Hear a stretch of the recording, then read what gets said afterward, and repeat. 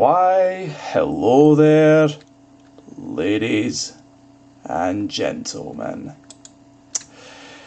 The Duel Arena, or as many like to call these days, the Sand Casino. I gotta say, it's an interesting little experience I had here like many years ago. I'm talking like back in the original free-to-play commentary days. Yeah, you remember those? The 3 little videos I did were complete crap, to say for that about words, but definitely they had something going on. Well, what have I told you? I had 2 videos planned after that.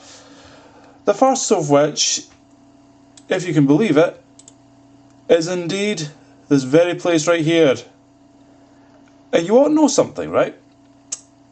I actually got one legitimate fight back in a place where there was hardly any. This is when the Duel Arena, then I guess its last little true vision of, you know, just having fun dueling, so it was dying out. And at the time, even right at the end of 2015, and if you can believe it, if not 2015, it might have been early. No, I'm pretty sure at the end of 2015 I did it.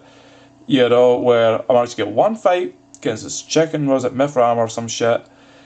You know, managed to duel her and won 50k. I have here 5 million, which looks a good bit more money. But in here, this Sand Casino is nothing. Yeah, I suppose these people, it would be worth for me or what. If I have to go based on the current price rate, which holy fuck are they terrible. Like, remember when this used to be what, £5? Oh yeah, I fucking remember.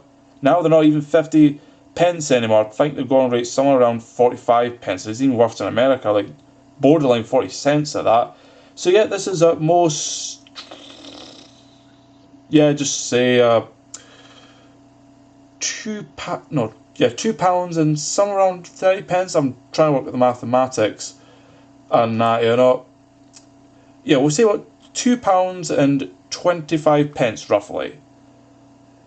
Yep, it is that bad. Though I gotta say, in terms of actual combat, you notice here, yeah, pay close attention in that. In regards to the classic weapon as the Abyssal Tentacle, you know, it's funny considering that I was planning to go in with, you know, oh, there's a few people though. Yeah, see that? Poor fucker. Doesn't even stand a chance. Yeah, that's just one of many scams. See that? No melee weapons allowed? Yep. I guarantee there's way more than that happens here, and it's just like, holy fuck. Christ.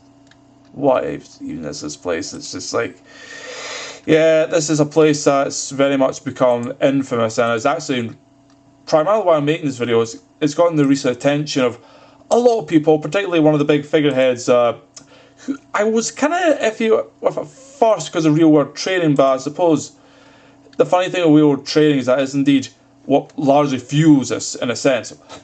I'll go on about that later, but just to kind of see, yeah, you see all the different fields and these suspicious level 3 accounts that make me wonder, yeah, what are these level 3s up to?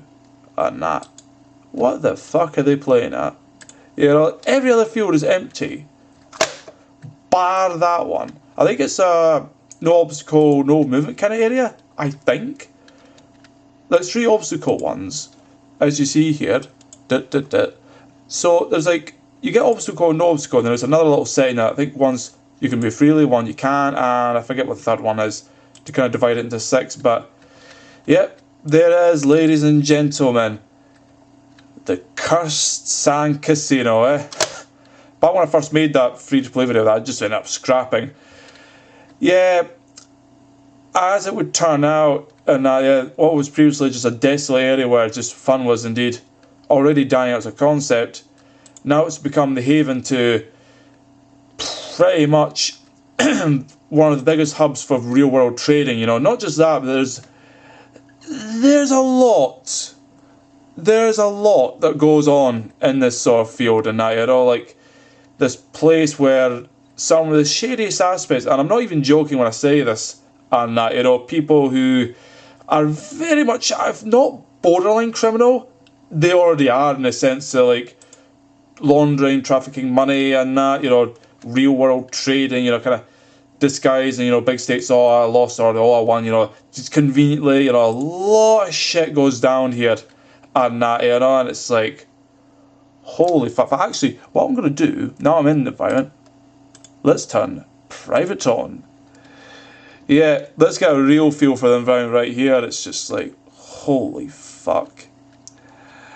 Yeah, a lot of people said that when it comes to this, majority of it's scams and that, like somewhere around 80-90%, you know, it's all scams. It's just like, holy fuck.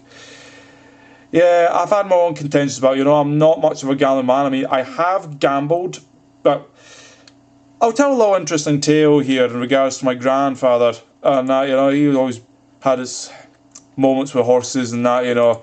Like, you're talking about, could be anywhere as little as £5, £10 up to, if he was feeling lucky, a few hundred.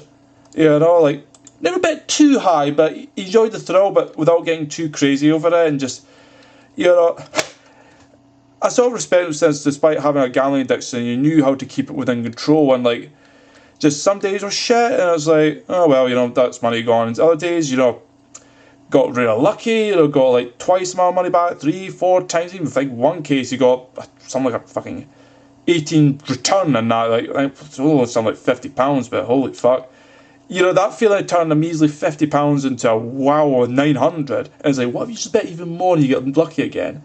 That's the kind of feeling with gambling, the easy money, you know? Though I suppose the good thing with him is that he always just, he never really kept it for himself, just kind of gave all the other money and that wasn't the £50 to like family like myself and, you know, the cousins and other family and all that. Yeah, that's the kind of tale we're talking about here, you know? It's like, holy fuck. Actually, oh, I thought for a second there, I saw somebody with a whip. No, they're all of them are abyssal tentacle, like, my god. I think I made a mistake earlier a whip and that, because I was trying to blend in, like, you know, the whole crowd. I've not even got a fucking, now I look way less authentic with that shit. Holy crap. But, yeah, we are, eh? But, get back to my tale here in regards to my grandfather. I think it's important to understand the lesson learnt that he indeed learnt, and also that headless one indeed, oh boy. Grotesque Halloween decoration, but oh well. Yeah, the whole thing in regards to what you can take from that is this powerful compulsion where you want to spend money, you know, but if you're limited and you can only earn so much, how do you get a really fast method? The Sand Casino facilitates that need, and that if you get lucky in that, 50-50, less slightly because of the tax and that, so you end up actually losing in the long run average, but alas, if you get lucky, hit the one time big, then yeah, you're going, you turn them easily 50, 100 mil, twice as much, maybe push it again, or if you got on bet, like $500 million or $1 billion into $2 billion, then it's like, yeah, you just get the fuck out of there, but what if you lose? What if you want to double down and you there's a certain strategy for, oh, what is it? Yeah, that's it, the martingale strategy. It's somewhat of an unrealistic strategy where apparently if you lose, in order to gain back what you lost, simply you double down. You lose £50, add another 50, goes up to 100, add £100, 200, then 400, 800, 16, 30, 200, you know, it goes on and on and on. Until suddenly you're like 5, 6, even 6 digits in debt, and you know, I guarantee you, a lot of people have this mentality. Like, you know, I don't know how people feel about luck in general. I just know mine's is fucking shit at the worst of times, you know. But other times it'll be quite good, you know. It's just it's inconsistent, you know. I've never trusted my luck, especially in regards to gambling, you know, like cards and all. It's just fucking dealing with pennies. Like most would be like maybe £1 or £2 coin, you know, where it's like, most of the time, yeah, you know, my luck's been pretty shit. On average, I've lost, if I had to calculate all the games I was in, whether it be 3, 4, 5, even a few 6PO games, I've probably lost more on average, you know, as a whole, than I've won more, and that kind of thing. Except for the few games, like, in terms of, like, oh, the final big game where you bet a bit more. then I've noticed, like, I've won an unusually good bet.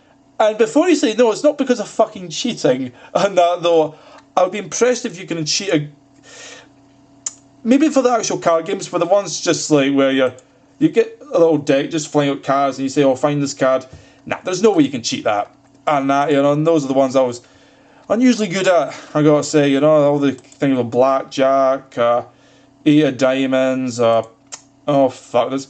I'd also say, fuck, I forget about the one that stood out the most was indeed the highly complicated bridge game, but alas, that's a whole different kind of gambling thing, you know. When you get into it, and that gambling's the kind of thing where it has a mental effect on you, you know, here's some psychology things, was it? You know, you turn off that logical thinking part of your brain, and that says, oh, you know, keep sensible. It just fucks off basically, and you're left with like, oh, I need this dopamine, I need this kind of gamble, you know, like getting money and all that. People become irrational, and this is where the Sand Casino really praising that. But mind you, it's not just that. It's also taken into equation the fact that I'm actually fairly sure this isn't like a whole bunch of individuals that are just kind of preying people with the scamming bots, and yet bots do actually pretend to be stakers in here, and they set up like scams, you know, as you saw with that unfortunate fellow and that. There's like, I wouldn't say the majority, but I'll guarantee you at least a third, probably close to majority, but there's a lot here where it's like they bought up their levels and that, you know, to get max or near enough max. So it's like, what's it? All melee and that, all hit points. I think range, yeah, mage is pointless, and unless they're setting out to scam you, but or a different way. But who the fuck knows? It's not that it would really matter, because if they've got ranged weapon and you don't, it doesn't matter if they're one fucking level. They'll just slowly kill you to death anyway. But that is besides the point. Yeah. I gotta say though, as far as my general views on the Duel Arena, it's, yeah, as I say, I'm more like, this is sincerely coming from the heart here. If I ever feel like taking my money away and just a chance to hope make it rich, I have a much more fucking likely chance selling my entire old Runescape bank, but not to stake. No. Rather, it is. Also, I'll just reposition that. Thank you very much. Oh, fuck it. You know what, never mind. There we go. Yeah, the thing with me, I guarantee you, I would gladly, any time of the day of the week, just, you know, sell my entire old Runescape bank, which is about, if you include this, it might be borderline 2.1 billion. Do all that, you know, exchange it for RuneScape 3 currency, and just buy myself a little bit of history. Yep, one of the cheaper party arts, admittedly, but it's still all the same. And you know, I get myself a nice green, like, I would say off, like, the white's super expensive, the red's also pretty expensive, blue can fuck off. That leaves me with green, yellow, and purple. Probably if not purple, I would go with green. Just always had a little bit of soft spot for it. You know, but though I guess purple wouldn't be too bad either, even though it's kind of the cheapest, but yeah. You know, that's the thing, eh? I think, as far as what's actually been going on here and that, there's going to be some change sooner or later and that, because people are pissed about it, you know. Have you seen the forums, like Reddit and all that? Yeah, there's a bit of a clash at the moment, because like, oh, they're getting mixed views. Sometimes they get kind of high views, sometimes kind of low, and then occasionally like really high, really low. There's a lot of infighting and that. I could tell, like, the general moral consensus is that it should go, and that it's promoting kind of a bad part of, you know, community, you know, the big gambling, you know, the real world training activities, or just the fact that some people take it so seriously, it's promoting fucking illegal activity, you know, seeing the DDoS thing, you know, swatting, you know, death threats, you know, all that, but the real kind, you know, like, I suppose it's hard to say, like, what is the difference between somebody who really puts out a lot, like, you know, I suppose the only thing that would be just a bit more threatening is actually providing real evidence of where you live. So it's like, you know, we know where you live and we can do it, versus doing the finding the information part, but just don't fucking send the message. Just you go down and pay a little visit for a little, you know, like nice little chat, you know, that kind of intimidation, you know, like a real gangster mobster would do that kind. Yeah, this is the kind of community we're talking about here in Duel Arena.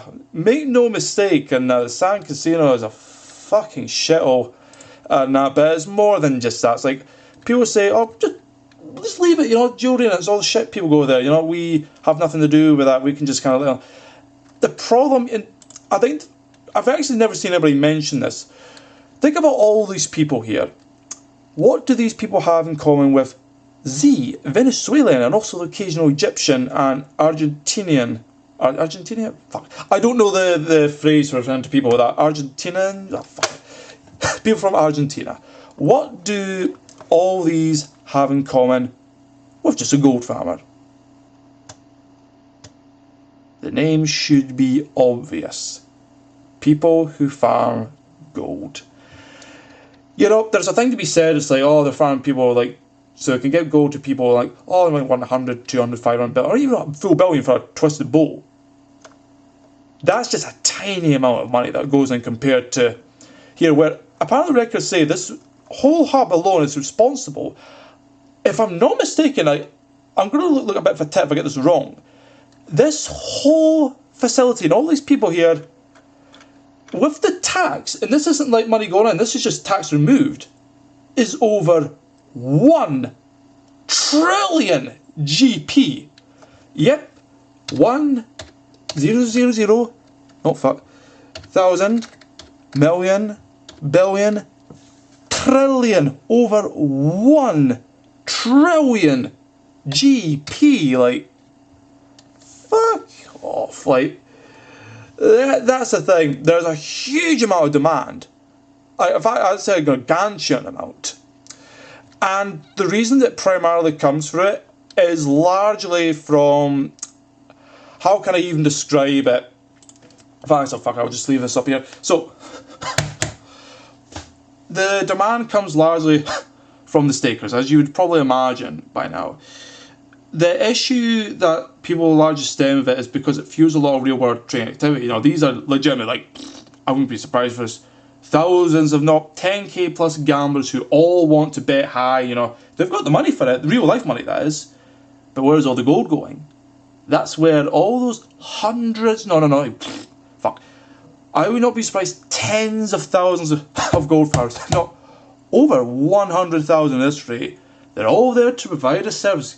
Be at the beck and heel of all these, gamblers, just want one more little go at it, 5, 10, 20, 50 mil, no problem, just pay cash, small amount, like, these splits. Think about a slot machine, actually. In the UK, there's a thing where the slot machines, they used to be as high as £100 per go, that's now being reduced, I don't know the exact year, somewhere around, I want to say the early 2000s, but I might be mistaken on that one. Actually, I tell I know. It's 2018, and as little as £2. So £2, that would be roughly equivalent of, again, about 4.5 mil or so, something like that.